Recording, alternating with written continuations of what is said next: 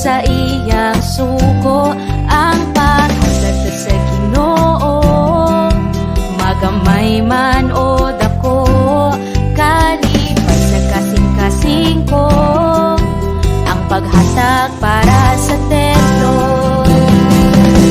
Tuohan ko ang saad mo, nga ang dangaan imong abrihan, panalangin pinilo-ilo, ug di ko makulangan tanang taong di kinahanglan, ug imong panalitan.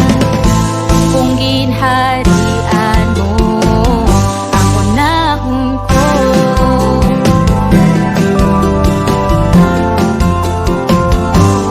ang paghatag sa Ginoo sa atong